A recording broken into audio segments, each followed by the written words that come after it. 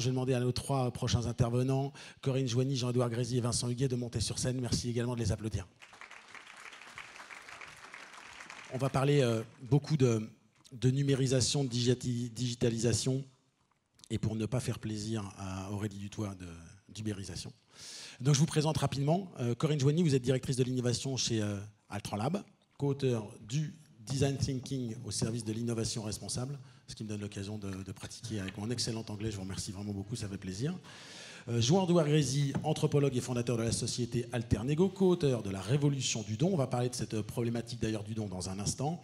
Et puis Vincent Huguet, dirigeant de Hopwork, et qui va nous expliquer dans quelques instants ce que c'est que Hopwork. Avant sa première question, peut-être pour Jean-Édouard Grézy, vous êtes anthropologue du droit.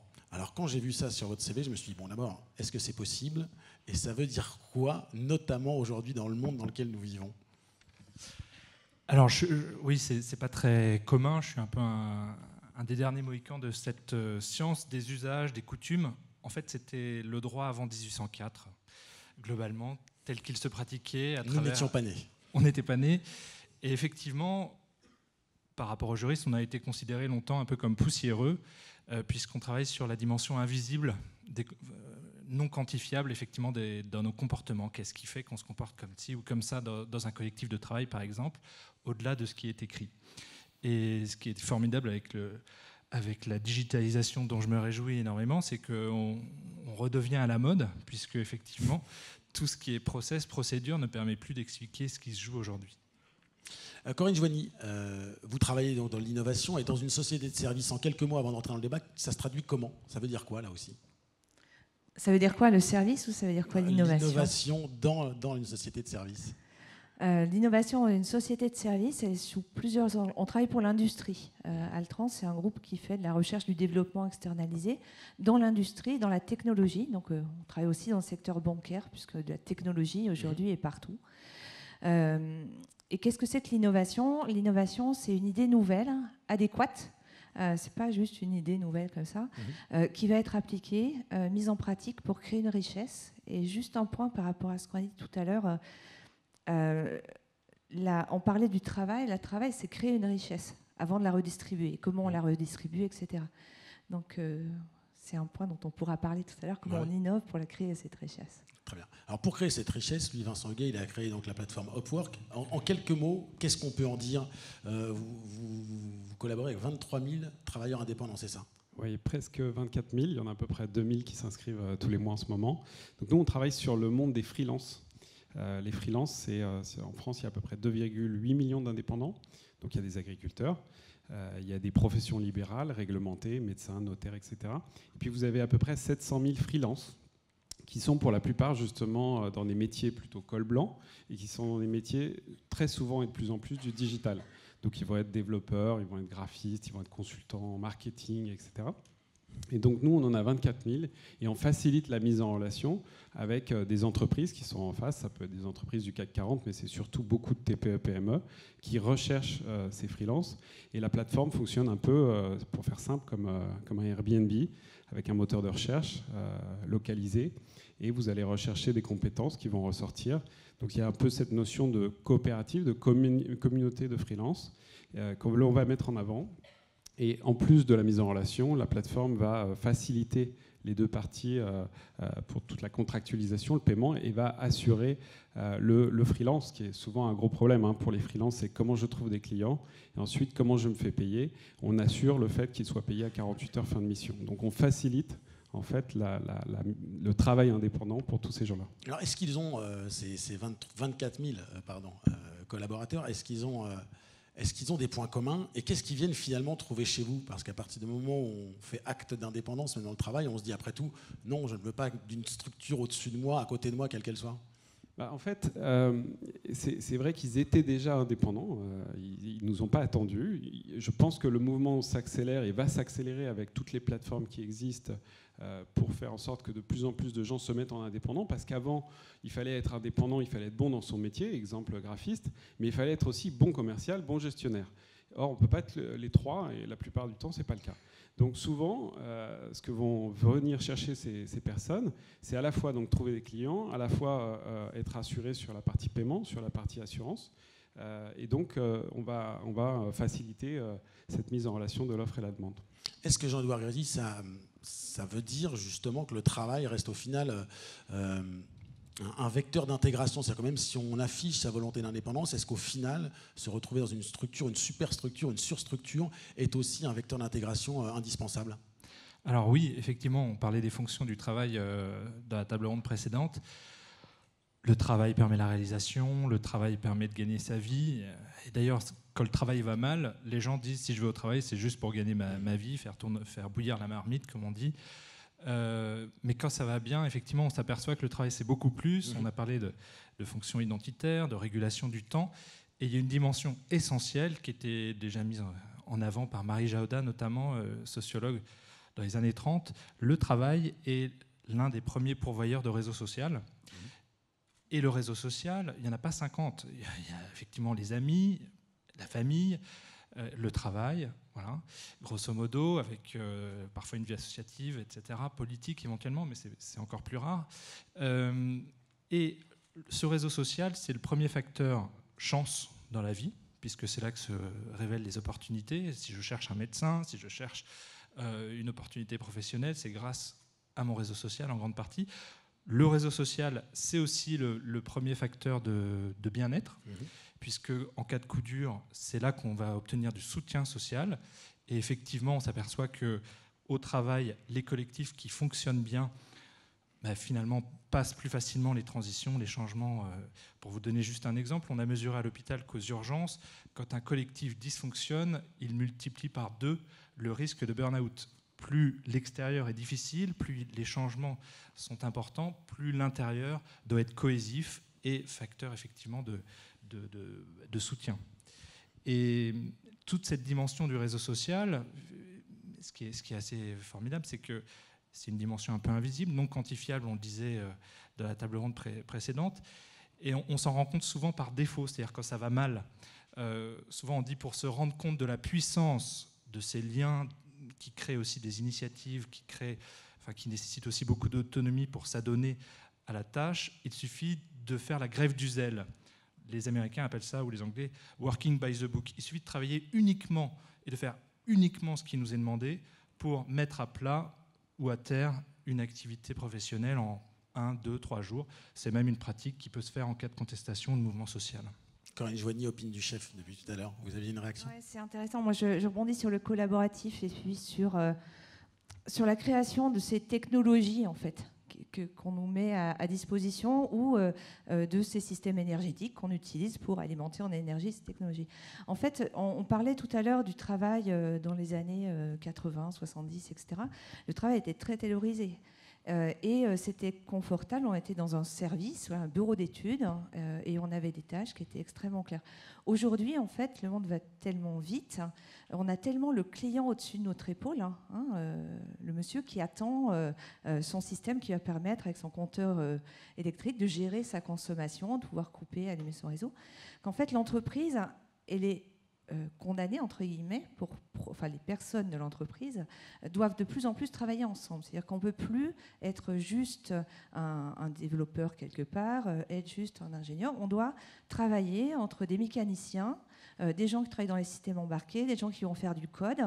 Et puis en plus, si on est en train de concevoir le tracteur du futur, il va falloir qu'on aille travailler avec les agriculteurs, comprendre de quoi ils ont besoin, travailler avec des opérateurs de réseau.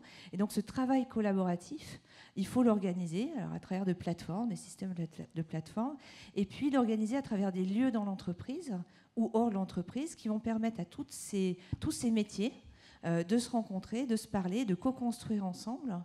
Et les labs, par exemple, on parle de Fab Lab, de Hackerspace. Donc dans l'entreprise, entre 2012 et 2014, il y a 21 grands groupes de plus de 5000 salariés qui ont créé des labs, ces lieux collaboratifs.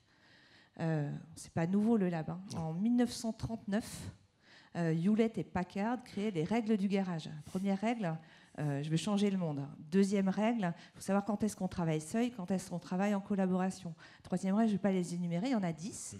Aujourd'hui, on croit que c'est la révolution du communautaire, 1939.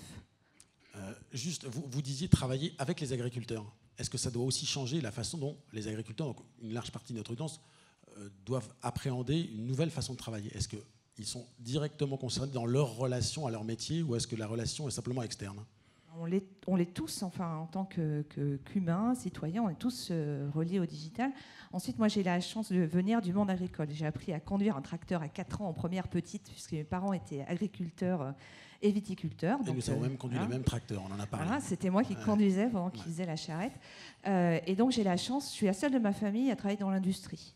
Et j'ai la chance aussi de travailler sur à la fois des systèmes de tracteurs du futur, d'instruments du futur, et aussi sur des services banque-assurance. Ce qui est intéressant, en quoi ça change, c'est que justement, il faut aller chercher ce qui change aujourd'hui et être très loin des stéréotypes en se demandant mais de quoi a besoin aujourd'hui un agriculteur pour assurer en fait son travail. Et on a travaillé avec un grand fabricant de matériel agricole, donc dans une démarche, alors je m'excuse pour l'anglicisme, mais de design thinking. C'est juste une démarche centrée sur l'utilisateur qui cherche à produire des solutions viables économiquement, faisables avec la technologie qu'on a, et désirables par ces agriculteurs. Donc c'est aller faire des essais au champ, les écouter, ne pas que les écouter, on l'a vu dans le micro-trottoir, mais les observer. C'est-à-dire, entre ce que les gens disent et ce qu'ils font, il y a un monde. Et c'est ça qu'il faut aller chercher, c'est le travail de l'ethnologue, le travail du designer, aller chercher. Ensuite, on co-crée avec eux, mais s'ils nous ont dit ben, j'aimerais ça, on lui apporte ça. Et on va le faire réagir par rapport à ça, qui est très différent de ce qu'il a demandé, mais qui vient de la pratique d'observation qu'on a eue avec lui. Et puis, il va nous dire ce qu'il en pense et ce que ça lui apporte. Et quand on a conçu, donc par exemple, on a conçu, je ne peux pas vous donner le détail de cette étude qu'on a réalisée, mais on a conçu des services et des systèmes qui aident à la productivité dans les champs, aider à optimiser ces traitements, traiter au juste nécessaire, en fait, avec des systèmes qui permettent d'avoir une vision tête haute pour mieux déplacer en fait, son produit, mieux voir ce qui se passe à l'arrière.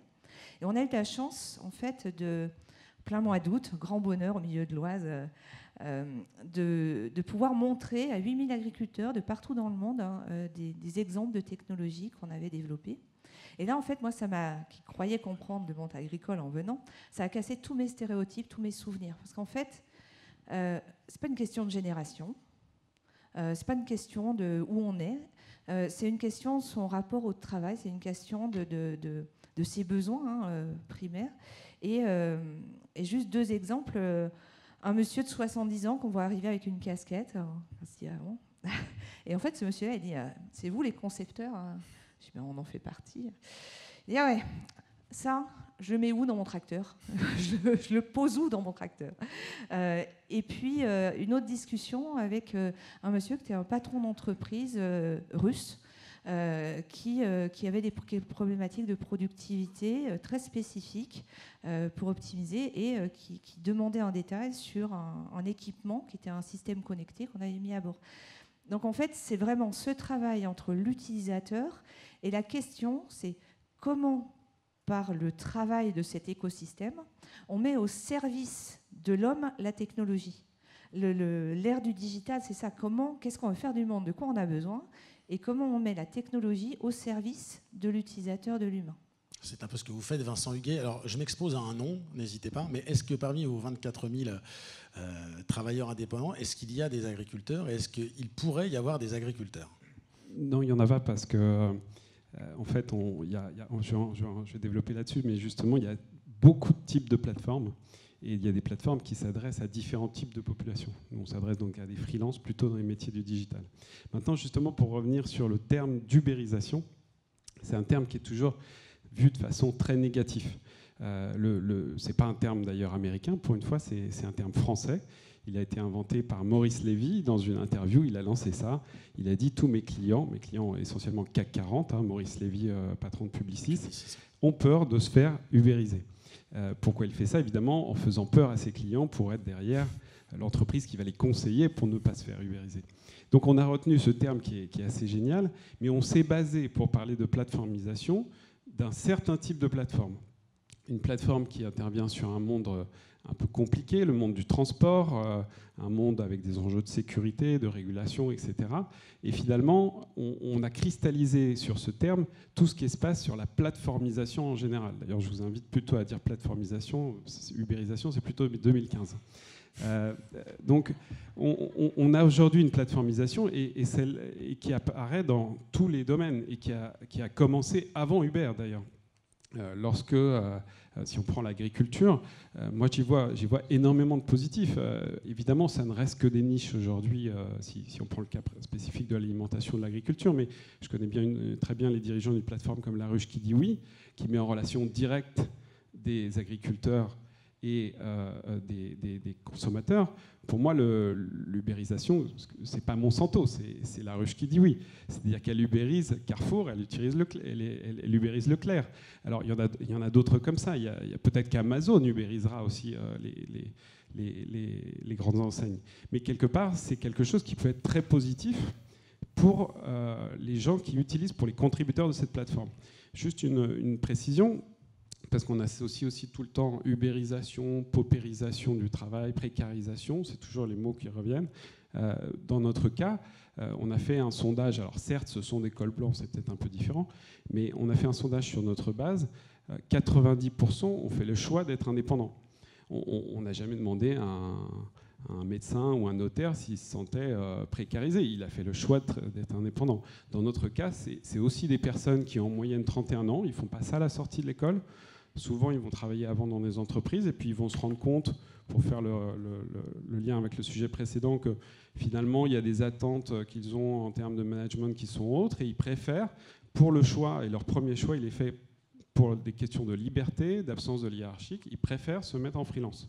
Ça ne veut pas dire que ce sont des gens asociaux, c'est des gens qui vont travailler avec des entreprises, avec des clients. C'est des gens qui vont être souvent 6 mois pendant une mission chez leurs clients.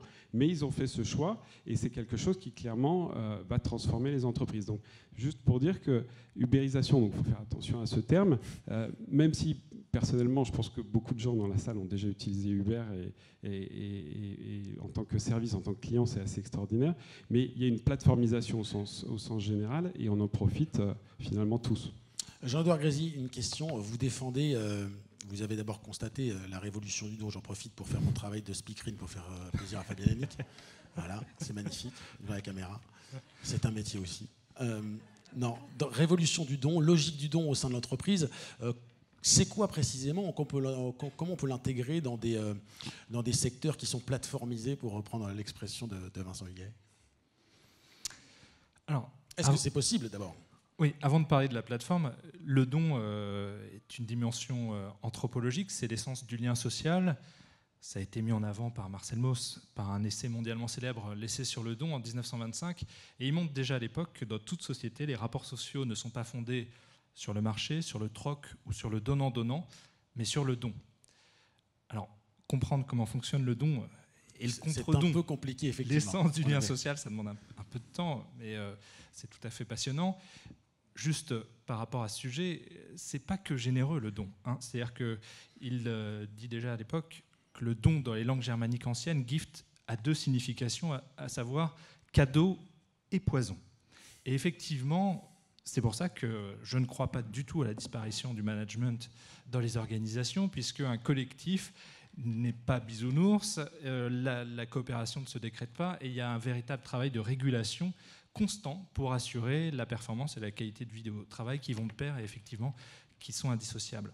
Comment effectivement s'assurer que les relations fonctionnent? Alors, dans le meilleur des cas, effectivement, la confiance se crée, je donne quelque chose à un collègue, puis il me rend quelque chose, et puis on travaille sur des projets, et puis les dons et les contre-dons fonctionnent entre nous à une telle vitesse qu'on peut arriver au summum de la relation de travail, à savoir ce qu'on appelle en théorie du don l'endettement mutuel positif.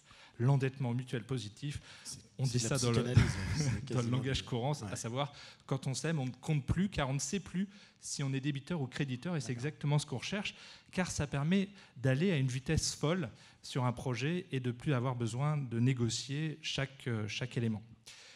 Ce qui n'empêche pas de temps en temps de devoir négocier pour réguler ou négocier quand il faut quantifier les choses, quand il faut conditionner ou conditionnaliser plutôt ce que va faire chacun, etc. Alors, on ne peut pas se passer de ça en fait, puisque c'est l'essence de nos liens.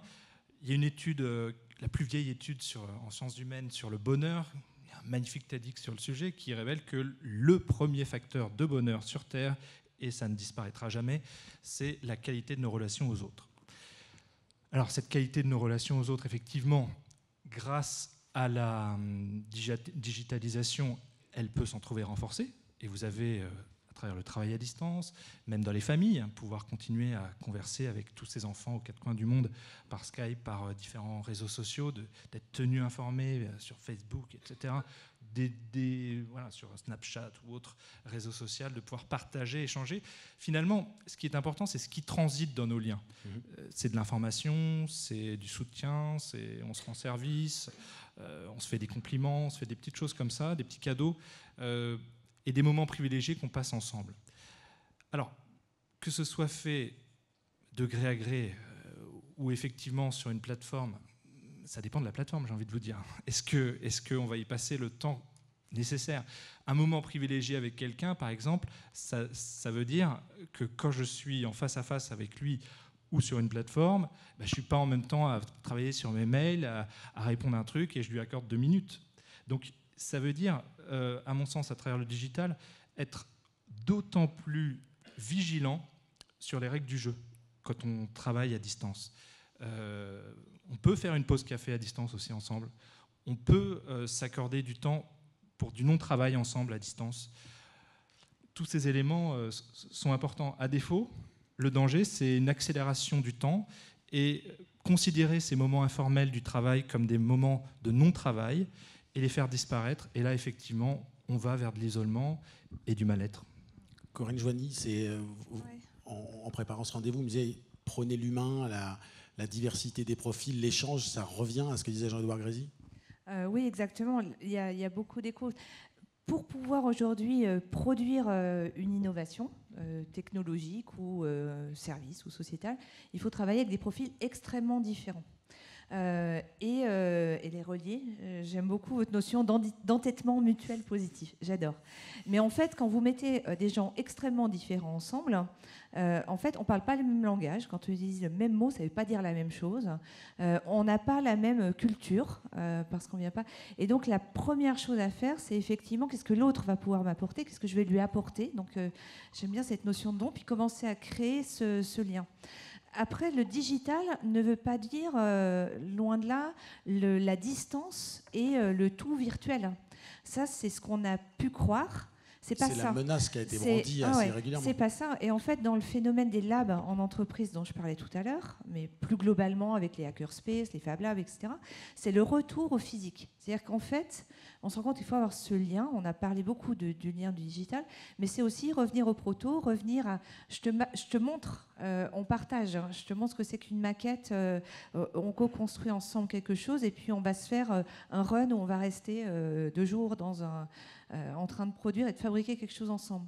Ce qui est intéressant, c'est le fait d'alterner avec des profils extrêmement différents les moments où on se rencontre et on partage et où on produit quelque chose de physique, et les moments où on déconnecte, où on va travailler entre soi sur un sujet et où on revient pour l'itération d'après et la production. Vincent Huguet, qui voulait réagir. Oui, moi je pense effectivement, et là aussi je suis très positif, je pense que le digital et les plateformes recréent ou créent et développent le lien social de façon assez impressionnante.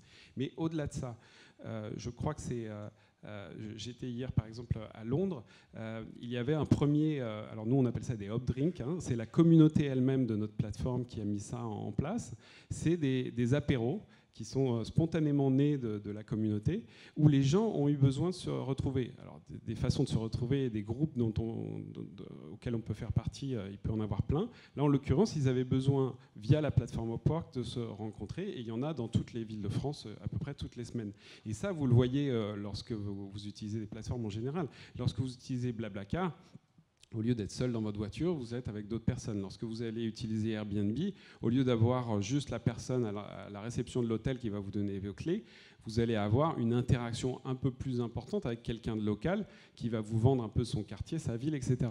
Donc je crois que le digital, au contraire, à ce niveau-là, au niveau du lien social et du lien social au travail en général, peut être très positif. Alors,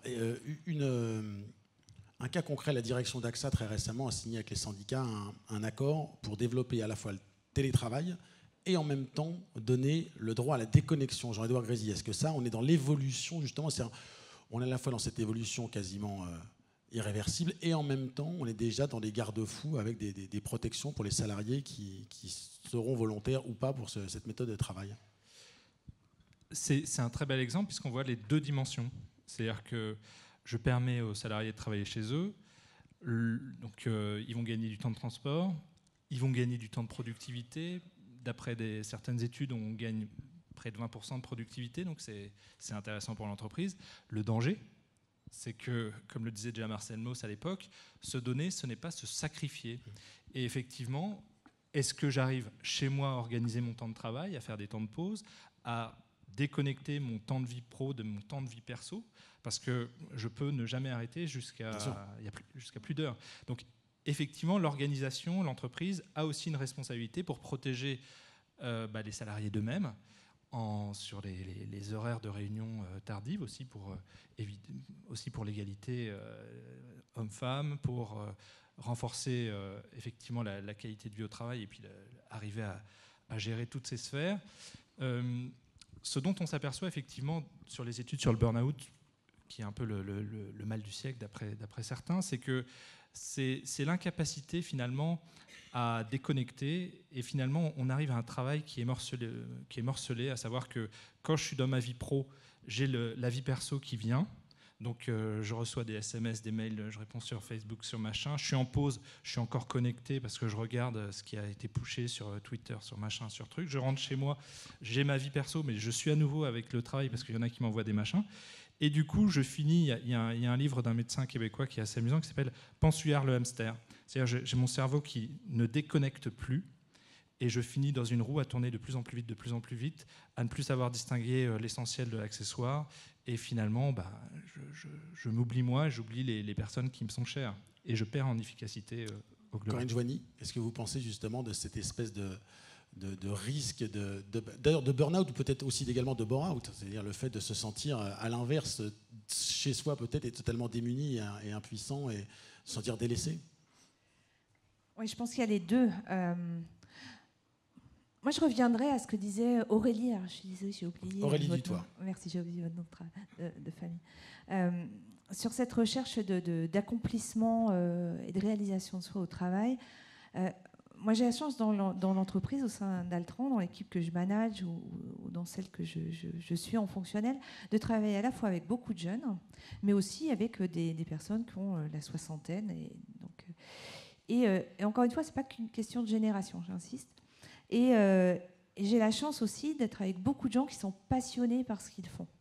Et en fait, c'est comme de voir un chanteur, un sportif, une viticultrice. Quand vous êtes passionné par le produit, parce que vous êtes en train de faire, le travail n'est pas lourd. Là où ça devient lourd, c'est quand vous n'êtes plus maître de vos choix. Et que l'autre... moi, par exemple, ma belle-mère, en l'occurrence, m'a toujours dit que j'étais une mauvaise mère parce que je n'étais pas suffisamment présente. J'ai la chance d'avoir 2 enfants fabuleux qui ont 20 et 25 ans et qui sont hyper autonomes, qui ont trouvé aussi une passion, qui sont développés dans ce qu'ils avaient envie de faire, qui ont fait leur propre choix. Donc, c'est ce que vous dites, c'est le regard de l'autre. Et puis, c'est cet équilibre. Moi, en tant que manager, on y est confronté tous les jours à des choses qui changent. On n'est plus dans les stéréotypes d'avant. J'ai un jeune homme de 30 ans qui vient me voir, Corinne. Je voudrais poser un congé paternité, un congé parental, parce que je vais avoir un bébé. Eh ben, le rôle d'un manager aujourd'hui, c'est de dire OK, bravo, félicitations. Ça ne va pas être simple, il va falloir qu'on s'organise. Parce que si ça avait été une femme qui était venue me voir, c'est biologique. On ne peut pas arrêter les choses. Si c'est un homme qui vient vous voir, vous devez faire la même réponse. Parce que c'est son choix. C'est lui qui veut s'arrêter de travailler 3 mois pour élever son bébé. Et et voilà, on a ces nouveaux comportements, parce qu'on est au cœur de mutation digitale, on est au cœur de mutation sociétale, et donc on doit, dans l'entreprise, s'adapter à ces nouvelles attentes. Tout comme j'ai un autre de mes salariés son papa est décédé, il a repris le domaine de ses parents en Champagne. Et ben, il travaille pour gérer son domaine, et c'est un consultant qui doit travailler en équipe sur des projets. C'est un spécialiste de la construction de coûts futurs sur des futurs produits. Voilà, l'entreprise a aussi à s'adapter à ces nouvelles formes. Et arriver à faire en sorte, en tant que manager, encore une fois, que les relations entre ces gens extrêmement différents, qui font des choix par rapport au travail extrêmement différents, ils travaillent ensemble, ils s'apportent leurs expertises et qui co-construisent. Voilà. Donc, c'est jamais simple dans le quotidien, hein, c'est un défi tous les jours. Mais c'est intéressant. Vincent Huguet, vous disiez tout à l'heure l'âge moyen des travailleurs qui 31 ans. 31 ans. Ça les met, je ne sais pas dans quelle génération, à X, Y, alpha, je ne suis pas très bon, mais est-ce que vous avez le sentiment, quand j'entends Corinne Joigny, on a le sentiment qu'il y a un paradoxe, c'est qu'on les a souvent décrits, enfin cette tranche d'âge-là et les plus jeunes, comme des gens très sensibles à leur confort, au jeu, au plaisir et pas forcément au travail. Et on a le sentiment, en fait, quand on en parle, qu'au contraire, ils ont juste besoin de savoir pourquoi ils travaillent et comment ils travaillent. Est-ce que c'est ce que vous vivez au quotidien ? Oui, complètement. Ils ont besoin de sens, ils ont besoin d'être proches de leurs clients, du produit, enfin, du service, quel que soit le secteur dans lequel on travaille, pour comprendre pourquoi ils font ça. Ensuite, donc, moi je travaille, donc c'est une plateforme de freelance, mais au sein de notre entreprise, on a une vingtaine de salariés. L'essentiel, effectivement, sont plutôt des gens très jeunes, sortis d'école ou quelques années après. Ils sont tous très motivés, ils ne comptent pas leurs heures. Je pense que ça a toujours existé. Je pense que les gens en 68 disaient la même chose des jeunes qui arrivaient sur le marché du travail. S'ils sont motivés, il n'y a aucune raison qu'ils s'impliquent moins, au contraire. Et par rapport à ce dont on parlait juste avant, c'est des gens qui, sans qu'on leur demande, heureusement, ils vont se reconnecter le soir, ils vont se reconnecter le week-end. En revanche, il faut savoir aussi en tant que manager, et ça bouleverse un peu les codes, que s'ils vous disent « Ah bah tiens, j'ai une visite d'appartement, je pars là à 3h », voilà, il faut l'assumer. Enfin, il faut l'accepter, c'est comme ça fonctionne comme ça. En revanche, le soir, ils se reconnecteront, ils retravailleront de présentation. Ça change quand même, Jean-Edouard Grézy, le rapport, pas forcément au travail, mais à ses collaborateurs, notamment quand on est manager. Alors c'est sûr, mais en même temps, c'est vrai qu'on oublie souvent que 99% des entreprises sont des TPE-PME, et que dans les petites entreprises, ça marche souvent comme ça déjà. Dans les plus grosses entreprises, parfois, le pouvoir et la règle ont pris plus d'importance, et il y a des modes de management qui sont plus Louis XIVe. On s'aperçoit, je commande, tu exécutes, à l'ombre des grands chênes ne poussent que des glands. Pourquoi dégrader mon lumineux projet avec des gens moins comprenants ? J'ai presque une fable de La Fontaine. Ouais. Voilà. Donc ça, c'est en train de changer, parce qu'effectivement, je ne sais pas si c'est une histoire de génération, c'est aussi une histoire d'air du temps, c'est une histoire de contexte économique, c'est une histoire de changement sociétal, tout simplement. On sait que voilà, cette société telle qu'elle s'est construite va nous mener dans le mur d'ici 2100. Il y a quand même des grosses angoisses au niveau écologique, au niveau du réchauffement climatique. Et donc, ce qui est passionnant, Corinne me faisait remarquer qu'on entend beaucoup le mot peur depuis le début, et que ça revient souvent. Mais en même temps, si on reste concentré sur nos peurs, ça génère des réactions cognitives où on se fige et on fait tous l'autruche. C'est-à-dire qu'on ne peut rien faire à notre niveau, qu'est-ce qu'on peut évoluer ?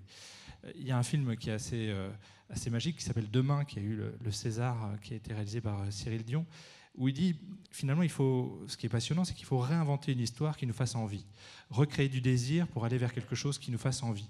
Et ça, c'est à nous, et c'est en train de se faire, de se construire sous nos yeux. Ce qui est passionnant pour nos générations, c'est qu'on est à mi-chemin entre cette civilisation dans laquelle on est né et celle qu'on est en train d'inventer. Pour nos enfants, ce sera sans doute plus facile, puisqu'ils auront à suivre un chemin qui est déjà largement déblayé. Mais effectivement, c'est complètement excitant de redonner davantage d'autonomie, d'initiative, de liberté d'entreprendre, sans oublier la capacité de réguler. Mauss disait, faire société, c'est s'opposer sans se massacrer. il y a des enjeux mondiaux, il y a des enjeux dans les organisations également. Comment réguler les tensions ?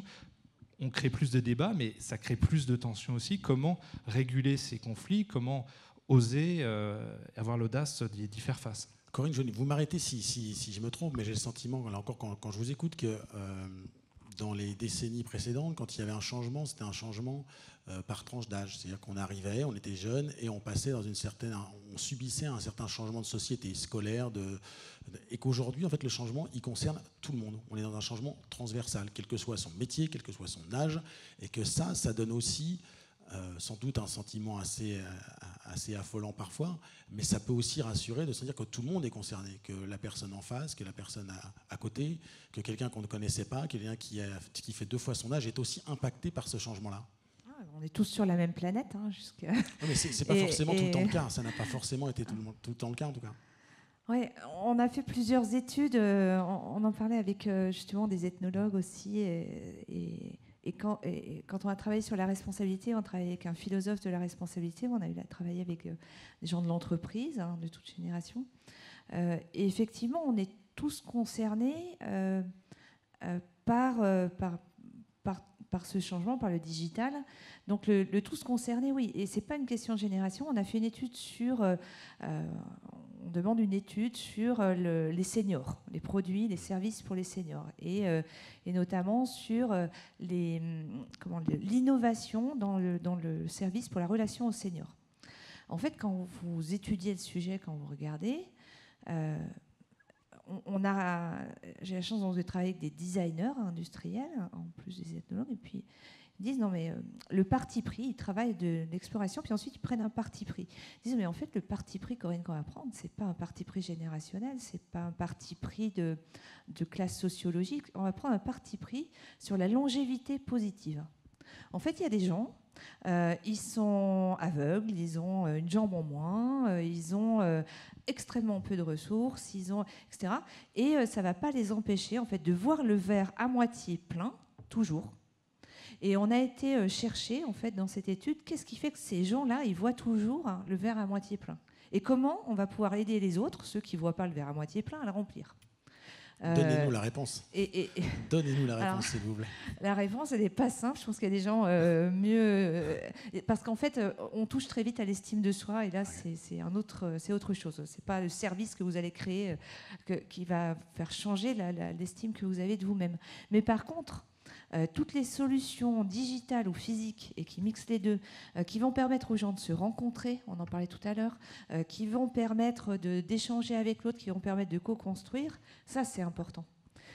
Et ce qui me fait triper pour mon métier, c'est qu'en fait, moi, quand j'étais petite, je regardais ce qui a motivé ma passion, c'est de voir le treuil électrique dans la grange de mon oncle, qui montait la charrette à 10 mètres de haut.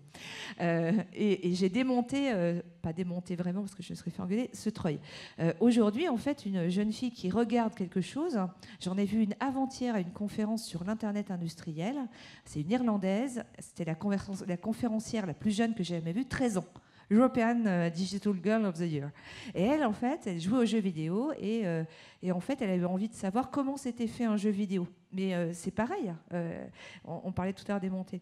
Et ce qui est intéressant, c'est comment chacun d'entre nous, qu'on ait 13 ans ou qu'on ait 97 ans, et qu'on conduise encore son tracteur, sa voiture, et qu'on ait Internet et qu'on soit actif sur une communauté pour partager sur je sais pas quoi, on peut tous contribuer à ce monde futur qu'on doit construire aujourd'hui, parce que pour revenir à votre question, on est tous sur la même planète, et si on veut construire des solutions d'énergie, des solutions qui respectent les sols, des solutions, etc., et qui fassent que demain nos enfants ont encore un monde, c'est à nous de s'y mettre, chacun avec nos métiers. Vincent Higuet-Siemi, vous validez ce raisonnement et cette espèce de changement, cette façon aujourd'hui de travailler différemment? Oui, elle est différente. Donc on en a parlé au sein des entreprises. Le management doit être différent. Je pense que les écoles de management commencent à enseigner ça, évidemment. Elle est différente aussi si on regarde une perspective internationale par le fait que aux États-Unis, en 2020, 40% des actifs seront freelance, enfin seront indépendants, pour être plus précis. Alors, dans ces 40%, il y a des gens qui peuvent être salariés, qui sont ce qu'on appelle des moonlighters, c'est-à-dire qui vont faire à côté du Uber ou des choses comme ça. Mais il y a une grande majorité quand même d'indépendants. Et donc, on parlait de la digitalisation. On peut parler aussi effectivement du fait que le travail est en train de changer. Et ça, c'est quelque chose qui semble inéluctable. Et d'ailleurs, c'est peut-être un retour à quelque chose qui a toujours été. Le salariat dans l'histoire du monde est un peu un épiphénomène jusqu'ici. C'est très fortement développé jusqu'à devenir la norme. Et aujourd'hui, on redescend un peu. Jean-Edouard Grésy, justement sur la notion de salariat et cette espèce de... C'est peut-être une parenthèse qui se ferme, c'est une possibilité? C'est vrai qu'il faut interroger le travail. Ça a été fait à la table ronde précédente, très bien. Au départ, c'est un concept qui est plus ou moins noble selon la proximité que l'on a avec les divinités, hein, que ce soit chez les Grecs, les Romains et puis encore au Moyen-Âge. Plus on prie, plus on fait un travail noble, plus on est au labeur, moins c'est noble. Et puis après, effectivement, au XIXe siècle, c'est devenu un élément, effectivement, un facteur de production, puis un élément où on échange nos droits, et puis un élément de réalisation. Et donc, mon sentiment, c'est que ce travail qui, dans ses fonctions, était assez, verticalisé, est en train de s'horizontaliser. Et on va avoir plusieurs activités. Déjà, beaucoup d'entre nous ont plusieurs activités.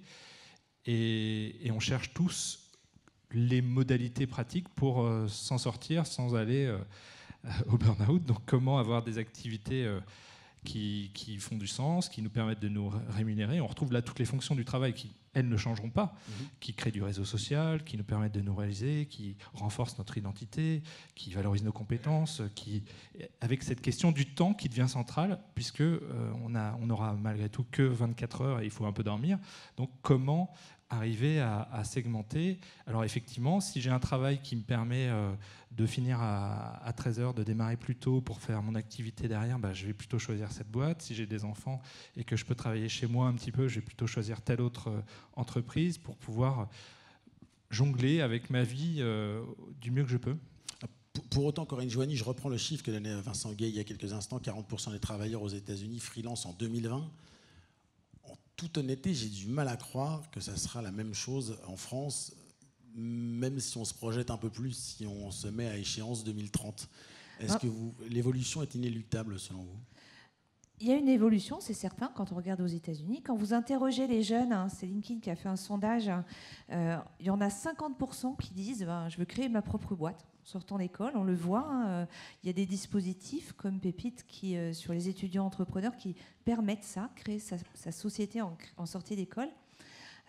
Donc c'est sûr qu'il y a ces mouvements, ces tendances. Aujourd'hui, on voit énormément de start-up parce que le digital le permet, parce que ça correspond à un certain nombre d'aspirations.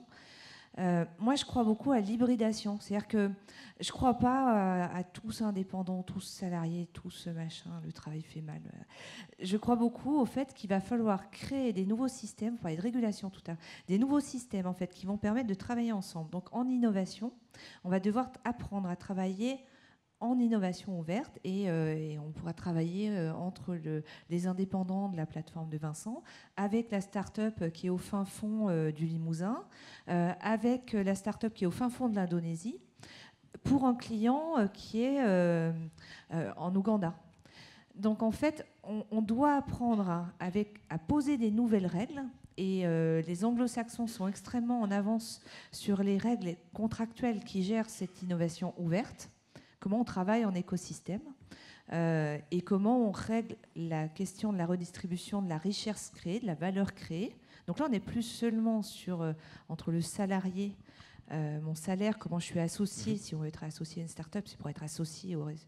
Mais c'est l'entreprise X ou Y par rapport à l'autre. Et ça, c'est un autre défi que de dire on va co-créer parce qu'il est nécessaire qu'on s'allie, on ne peut plus créer tout seul le système de production d'énergie. Donc on va devoir travailler avec d'autres entités juridiques, on va travailler avec des indépendants. Et comment on met ça en place? Il y a tout un champ là à continuer à travailler. Vincent Huillet. Jean-Edouard Grésy, j'ai une question après. Pardon. C'était juste une belle image qui est donnée par Michel Serres, qui va tout à fait dans votre sens. Il dit l'invention du bateau à moteur n'a pas fait disparaître le bateau à voile. Autre usage, effectivement, mais... Oui, juste pour revenir sur les chiffres, effectivement, on est moins avancé en France ou en Europe du Sud qu'en Europe du Nord ou aux États-Unis. Enfin, moins avancé.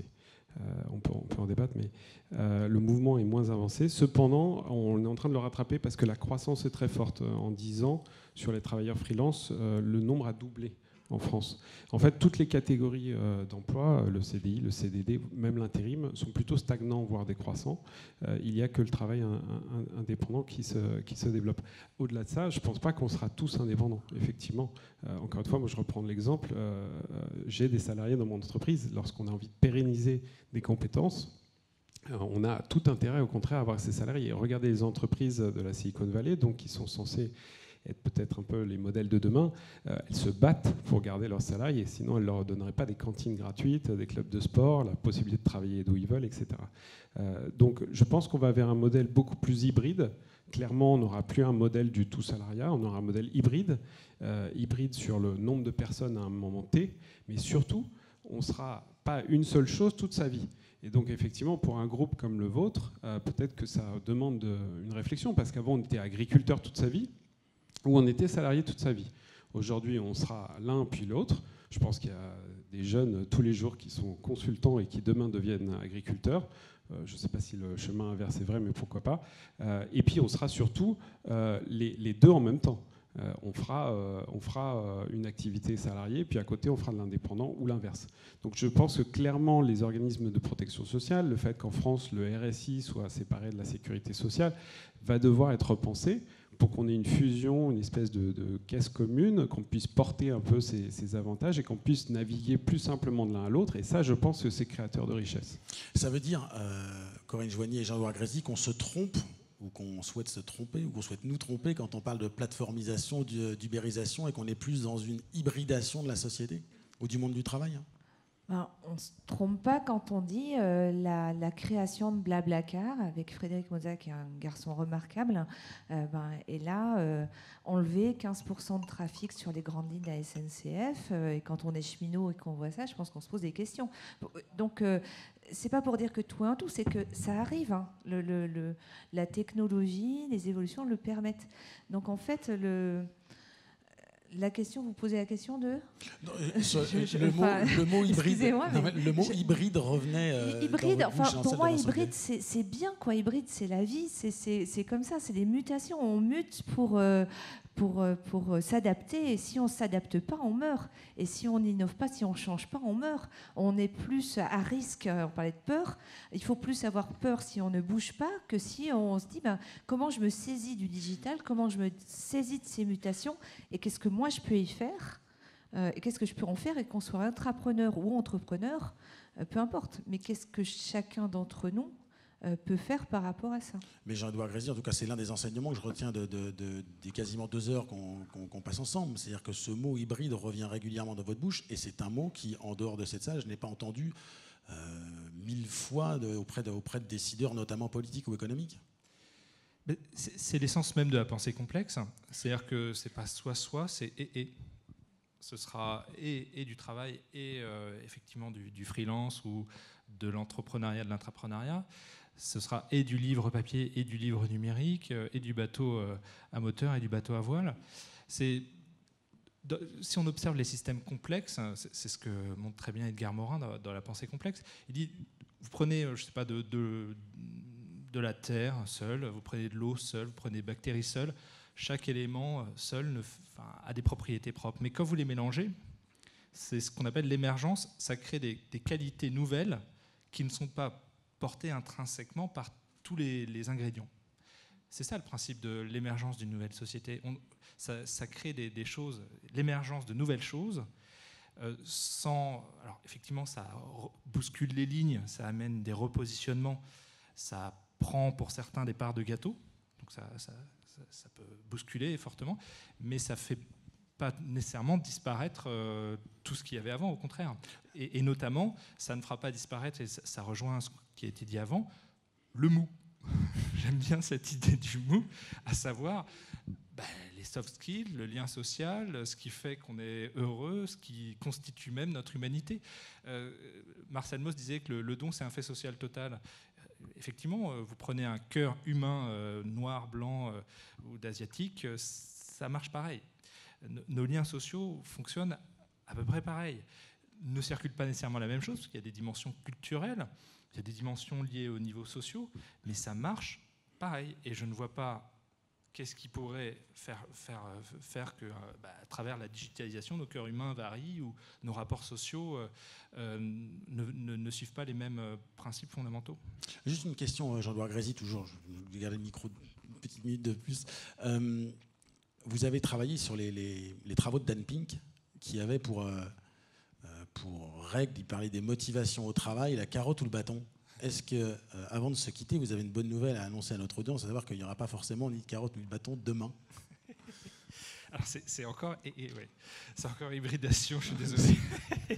Ce que dit Dan Pink, c'est pas soit-soit. Il dit effectivement, à partir du moment où on est bien payé, voire idéalement mieux payé que le marché, ce qui fait qu'on se donne à fond pour son travail, ce sont les motivations intrinsèques. Et les motivations intrinsèques, ça rejoint tout ce qui s'est dit avant, tout ce qui s'est dit ici aussi, le sens qu'on trouve dans son travail.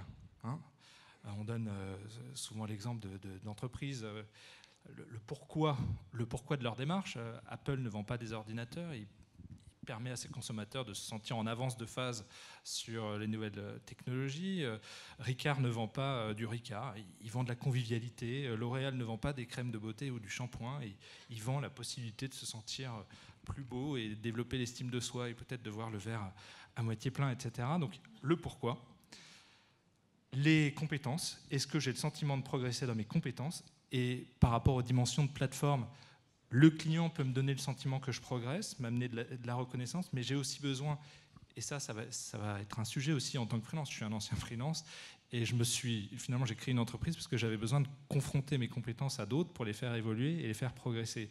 Donc quel cercle on peut trouver pour y arriver? On en a besoin intrinsèquement, on ne peut pas faire du surplace, on a besoin d'être tiré, d'être en situation d'apprentissage, c'est l'essence même de la vie, c'est notre élan vital. Et puis effectivement, tout ce qui contribue aussi à cette dimension de convivialité. Quand je réussis une mission, il faut que je le partage. Je suis content d'avoir réussi, mais si je ne dis pas à mes collègues, vous avez vu, ça a marché, je vais me priver d'un instant de bonheur, d'un moment festif qui est susceptible même d'allonger mon espérance de vie. Donc ce serait dommage. Il nous reste 2 petites minutes avant de conclure. Corinne Joigny, en fait, le mot peur, vous le disiez tout à l'heure, est revenu souvent, mais on a numérisation ou pas, digitalisation ou pas, en fait, on a tort d'avoir peur. C'est plutôt une opportunité, même si elle nous est plus ou moins imposée. Oui, moi je pense que je suis de ceux qui voient les verres à moitié pleins. Ce qui n'empêche pas d'avoir quelquefois une goutte de sueur dans le dos. Mais on a tous développé des compétences. On a tous des aptitudes, ces fameux soft skills, ces savoir-faire mou. On a tous quelque chose de fort qui va être utile à la communauté. Et ce qui est intéressant dans les démarches d'innovation ouverte, dans les démarches qu'on construit, c'est que, en fait, ce quelque chose qu'on sait bien faire, avec ceux qui ont la capacité à tisser du lien et à le créer, en fait, on a maintenant, grâce au digital, une vue sur ce qui est en train de se passer. Le monde est complexe, mais on le comprend mieux. On voit tout le défi, on comprend le défi du réchauffement climatique. Et du coup, en fait, on a un accès à des plateformes qui vont vous permettre de lever des fonds pour mettre en place un projet fabuleux qui va permettre de faire changer les choses. Donc, en fait, il faut utiliser ça pour le mettre à profit. Moi, il y a un projet que je soutiens depuis 10 ans avec Altran, c'est Solar Impulse. Oui. On a commencé ce projet en 2004. On peut rappeler, c'est l'avion solaire. Voilà, l'avion solaire de Bertrand Piccard, qui en fait fait le tour du monde en ce moment. Il est à New York, il va bientôt traverser l'Atlantique, sans une goutte de carburant fossile. Bertrand, il a eu cette idée, il était tout seul. Donc c'est un psychiatre, c'est un saventurier, c'est un mot qu'ils ont créé dans leur famille. Et lui, il dit, moi, je veux faire ce tour du monde pour montrer qu'il est possible d'assembler des technologies qui vont permettre de lutter contre ce réchauffement climatique et montrer en fait qu'il est juste possible de faire sortir les technologies des laboratoires pour les assembler. Personne n'y croyait. Depuis début 2004 jusqu'au premier vol d'un jour et d'une nuit de Solar Impulse, où on a accompagné et travaillé dans ce projet avec les autres membres de l'équipe, dont quasiment aucun ne venait de l'aéronautique. Personne n'y croyait, et surtout pas les experts du métier de l'aéronautique. Et en fait, quand on cherchait des structures, par exemple pour l'avion, les personnes disaient, voilà, on vont voir des experts, ils disaient, on voudrait cette structure-là, avec cette légèreté, cette rigidité. Ils disaient, mais non, c'est impossible. Ils ont été voir un chantier naval suisse, ça existe. Ils font de la compétition. C'est sur le lac, c'est sur le qui ne Léman, savait non pas que c'était impossible et qui a réalisé la structure. Voilà. Et aujourd'hui, tout le monde vient voir ce chantier naval et sa technologie. Donc en fait, ces impulseurs, alors on n'est pas tous Bertrand Piccard, hein, c'est quelqu'un de fabuleux, mais on a tous, si on a cette aptitude d'être un impulseur ou un catalyseur, on peut fédérer autour de quelque chose qui a du sens, parce que le digital nous donne cette vue sur le monde et sur les défis qu'on peut relever ensemble à son niveau. J'aimais bien aussi l'idée d'Aurélie de regarder aussi les points plutôt que le tableau, ce qui est intéressant pour ne pas devenir complètement en échec parce qu'on n'a pas réussi à sauver le monde. Moi, ce que je ferais bien, c'est que se fixer un but par rapport à ce grand défi du réchauffement climatique. On construit un avion, ou alors on va juste développer un système d'alimentation.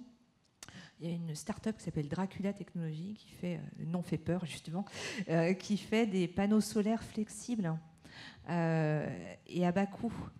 Quand on voit que les systèmes solaires sont fabriqués en Chine à partir de matériaux rares, etc., avoir des technologies qu'on peut fabriquer de manière beaucoup plus proche, rendre accessible à tous.